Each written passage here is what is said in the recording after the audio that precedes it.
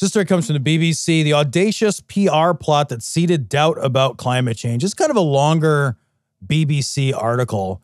And it really, I think the heart of this article to me, Cecil, when I read it, is that much of the disastrous inactivity that we've encountered in our non-existent fight against climate change that we are going to pay for fucking ever now really comes down to a handful of industry insiders who literally worked with PR companies to change the rhetoric and the narrative and the language around climate and around climate change. And by controlling that language, they've really captured and stalled the argument. And it was all about doubt. All they had to do was seed a little doubt into there. And what they did was they fed on the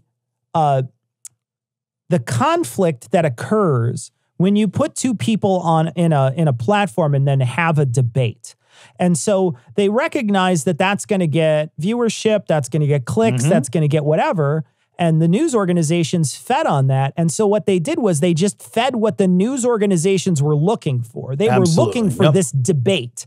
And so what they did was they furnished a debate. They went out and found any of the voices out there that were negative, that had some seed of doubt in them that said, I don't know about all this stuff that like all these scientists agree on. And instead they made it seem like this one person who's supposedly also an expert has the exact same weight of their opinion as the other person who they're arguing against, who happens to be backed by like reams and reams and reams of data. And they treat those like equals, and they give them equal time and equal amount to talk about it to each other, and equal amount to refute each other's points. And then they pass it back off to the audience to say, well, now you get to make your decision. Well, you're the one who portrayed it in a way to make it seem like it's a coin flip. And it's not a coin flip. It's all the data on one side, no data on the other, just a willingness to make a little bit of money to to embellish your doubts on television so that you could continue to make this paycheck that these PR companies are willing to pay you. It is a well-known and unfortunately effective strategy that if you take an issue and you turn it into a fucking intelligence squared debate, then you are telling everybody by virtue of that debate, you're telling everybody that there are two sides, but there are not two sides to every question. There are not two sides to the speed of acceleration due to gravity on Earth. That's a measurable, known thing we can know. There are not two sides. But if I put two people at a lectern and I got one guy who says that the speed of gravity, the acceleration due to the speed of gravity, it really depends on, the variety of factors, it makes a bunch of shit up. And the other guy has all the facts. But if I'm in the audience, I'm like, wow, seems like there's a lot of debate on this issue. This is not a settled question. Right. Creating that uncertainty is why we've gotten nothing fucking done. That's like from the article, the same tactics would now help beat climate regulation. They would persuade people that the scientific facts weren't settled, and that alongside the environment, policymakers needed to consider how action on climate change would negatively affect American jobs, trade, and prices. So it's kind of a twofold piece. First, let's pretend that facts aren't all facts. Like, let's pretend that there's a debate where there's not actually a debate. Let's pretend that the scientific data here wasn't settled. And then let's misconstrue or muddy that water with saying, well, but even if it were true, and we're not even saying that it is, but even if it were true, doing anything about it would, cost everybody you ever met their job, and we'll all be poor. And your cars will, and they sell you this like worst quality of life and this like scaremongering stuff about lost jobs and trade and, increased prices and all this stuff. And you're like, wow, all that. And the data's not even in. Fuck. It's so smart. It's such a fucking smart strategy, but it's a liar's strategy. And they knew it was a liar's strategy. They hired a PR firm to lie to us. Yeah. Not only that, They got away with it for under $1 million, right? $500,000 then, 850 million now, but or 850,000 now. I mean, like, am I wrong? Was it $1 million? It was under $1 million, right? Yeah, it was like, it's fucking like no money, man. It's like no money whatsoever. It's no money whatsoever to essentially ruin the earth. Ruin the earth for future generations. They were able to, for not a lot of buy-in, create tons of pushback against this idea that pretty much all the scientists agreed on, that pretty much everybody agreed on it. And the problem is that like we're willing to take that paycheck for in exchange for like our own kid, even because our own kid is a long-term project, and humans are terrible at looking at we're only good at looking at short-term stuff. We are never very good at looking at long-term things. And so when we look at long-term things, we're like, well, what does it do for me today? And if it doesn't do anything for me today, then it's like fucking strip mine it all, tear it all down. I don't care. I want the biggest profits I can get today and not care about the future. And we've proven that time and time again. And man, they have done. There's been so much that we're going. The acceleration of this has happened so much quicker than people have thought that it was going to happen. Like scientists thought, they're like, man, it's going to be real bad in like 50 years, and then it's like 20 years later, like, wait, whoops, I mean, real bad now. Wow, we didn't think that was going to happen. Yeah, man. I mean, now you're going to need a life straw to drink out of Lake Mead or whatever. Hey, I want to read from this article because I think this is real interesting, and I'll read it quickly because it's a little longer, but I think it needs to be heard. While most climate scientists agreed that human-caused climate change was a real issue that would require action, a small group argued there was no cause for alarm. The plan was to pay these skeptics to give speeches or write op-eds and to arrange media tours so they could appear on local TV and radio stations. My role was to identify the voices that were not in the mainstream and to give those voices a stage, said Ream.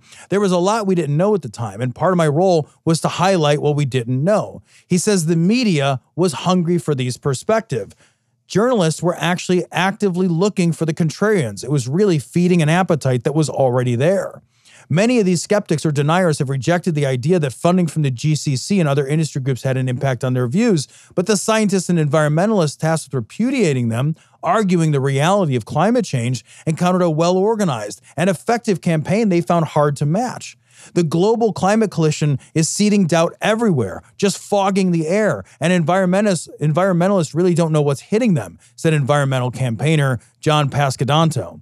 What the geniuses of the PR firms who work for these big fossil fuel companies know is that truth has nothing to do with who wins the argument.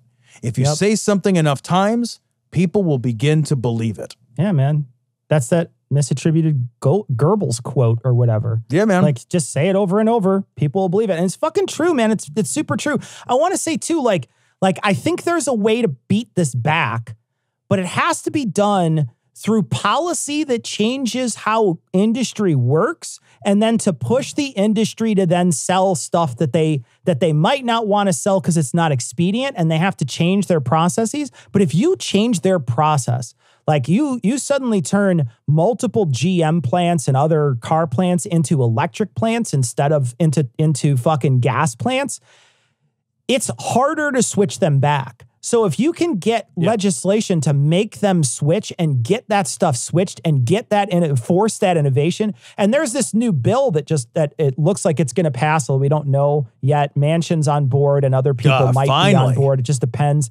But there's a big portion of this that's climate based, and it's good because it extends tax cuts for people who are looking to get the solar energy in their house. And that's a great way to convince people to get solar energy is to offer them that sort of money up front and tax breaks, and then also the money that they can save then on their utility bills. You know, you start changing the way cars have to be sold, then there's no option for the consumer. It's now just a decision to just buy that car and be like, okay, well, I guess I have to get this hybrid. And then suddenly it's way harder to go back once you've changed. You know, that's why they didn't want to do it in the first place, because they didn't want to change it up. But if you force the change, going back is just as big a headache as it was to shift over. And so they don't want to do that. And so they're going to follow that road of least resistance or path of least resistance, and they're going to keep doing it. If you can change these things in law to force their hand and to force the hand of corporations to do this, you can really change a lot of the aspects of climate change relatively soon. I mean, you can do a lot. You could do a lot. We just been fucking paralyzed because we can't do anything in our government. Part of government's job is to change the incentive structure of an economy that has a deeply held economic inertia. So like there is this intense inertia where the entire system lurches in this one direction because it has lurched in this direction for however long. And so the energy industry looks a certain way, and it has this entire economic and physical infrastructure built around that kind of an energy infrastructure. That's never going to change on its own because all the directionality and weight of force is moving in that space. Government's job is to change the incentive structure, because you've got to do something to arrest the inertia of the existing, energy infrastructure. You've got to do something there. That's government. That's one of the things government has to step in and fucking do. If you just wait for it, if you just wait for all the capitalist incentives to catch up, things have to get so bad with fossil fuel that all of a sudden, it's cheaper now to do something else, but fossil fuels have 100 years of innovation making them cheap. So, you've got to have an externality event, and government has to be that externality. Yes.